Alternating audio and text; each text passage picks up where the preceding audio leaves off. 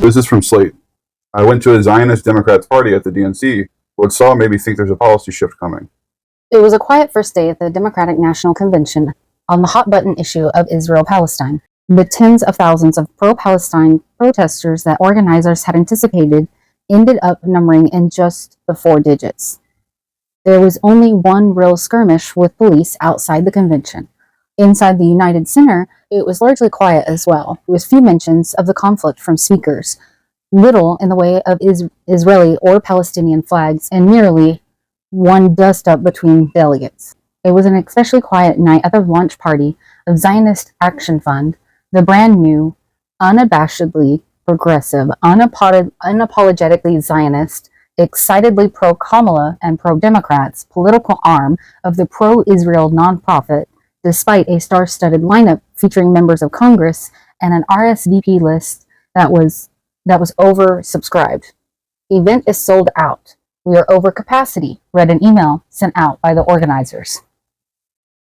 Promised attendees included Congresswoman Shontel Brown, Debbie Wasserman Schultz, Kathy Manning, and Marilyn Strickland, Congressman Dan Goldman, Jared Moskowitz, and Adriano Espiliot, and Senators John Fetterman and Cory Booker. When I arrived at the event on the 3rd floor of a swanky downtown Chicago venue, there were about 36 people present, facing a small stage in the middle of a dark, cavernous, and mostly empty room. A pile of t-shirts that read Zioness AF available in black and blue sat unattended on a long table out front. CNN political commentator Van Jones was at the dais, finishing a speech that linked the struggle of the black community to that of the Jewish community, and taking a weird pot shot at Puerto Ricans in the process. The lineup of speakers was chock full of the Democratic Party's most loyal supporters of the American Israel Public Affairs Committee and top recipients of its financial support. No one said a critical word about the organization all night.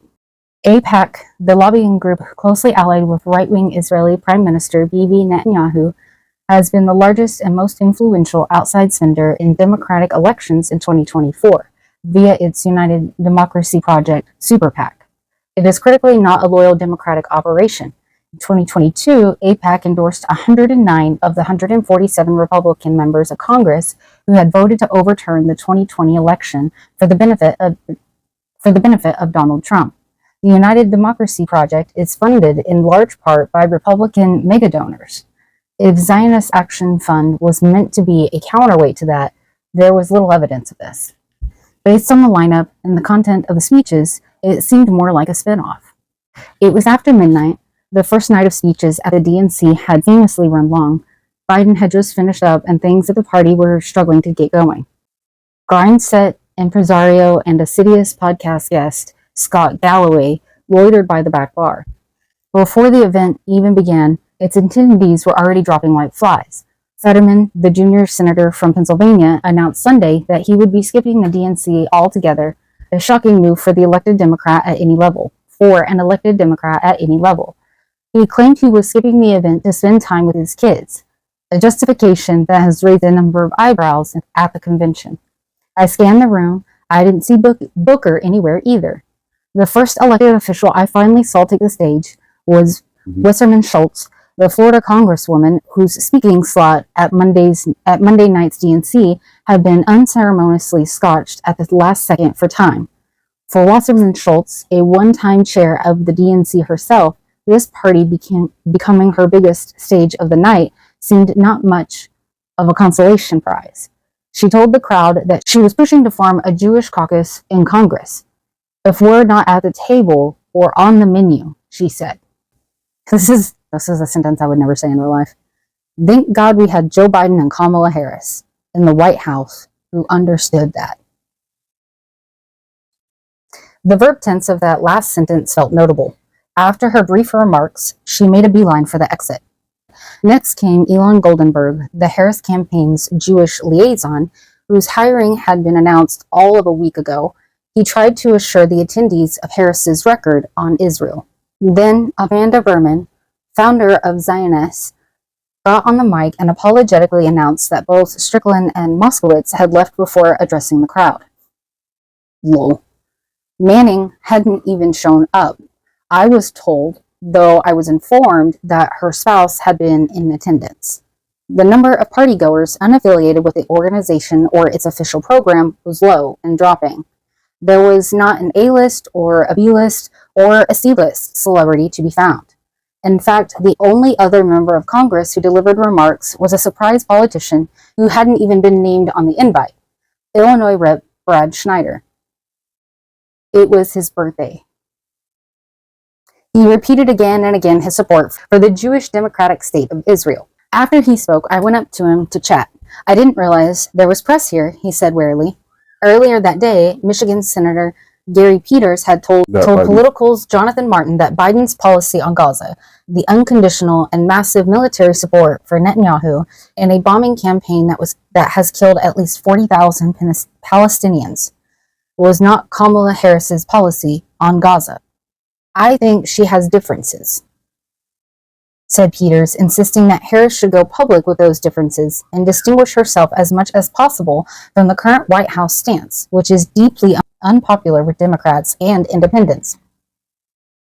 Though the official party platform shows scant evidence of it, Harris has been shown to more readily criticize Netanyahu and seems genuinely attuned to the politics of the issue, especially for youth voters. What? Did he hear the same speech we heard? Schneider was eager to talk. Did he worry that the ground was shifting within the party on Israel, with Biden on the way out and a more vocally critical Harris taking over? No, he said.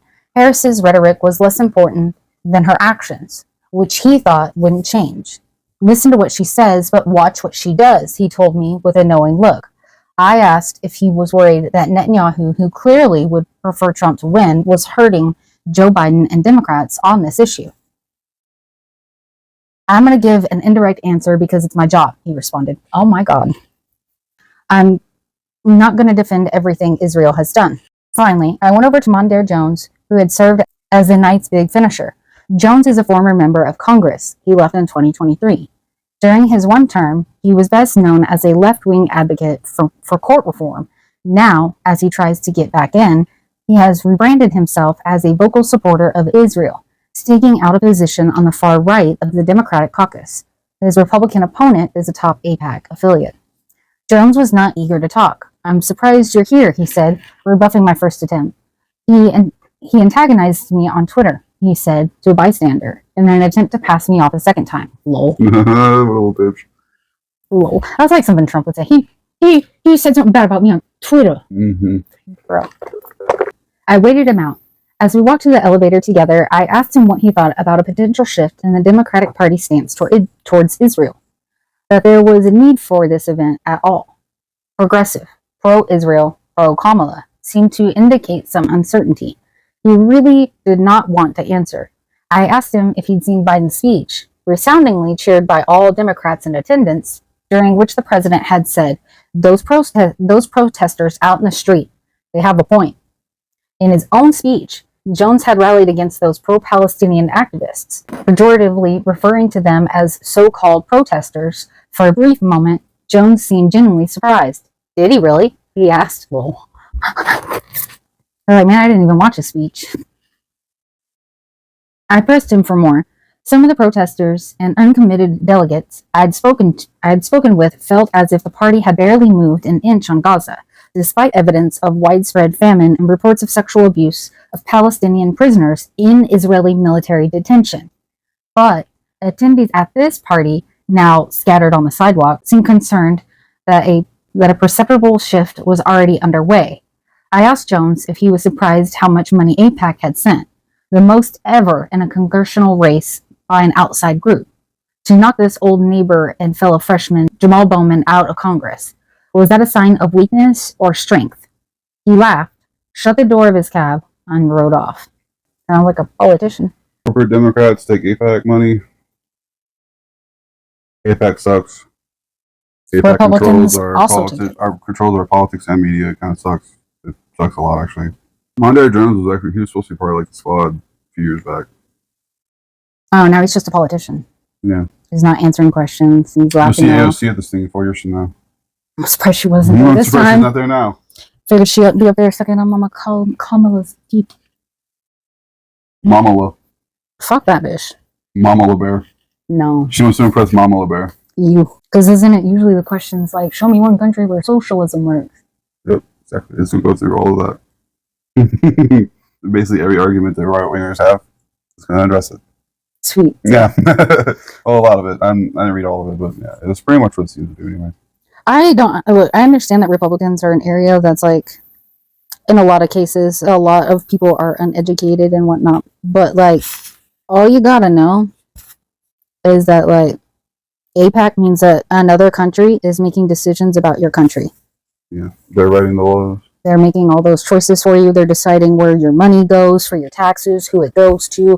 They're getting weapons so they can kill people. They're not, instead of politicians helping you, instead of you having free healthcare, we pay for their free healthcare. Just think about that one too, because politicians and the Israelis.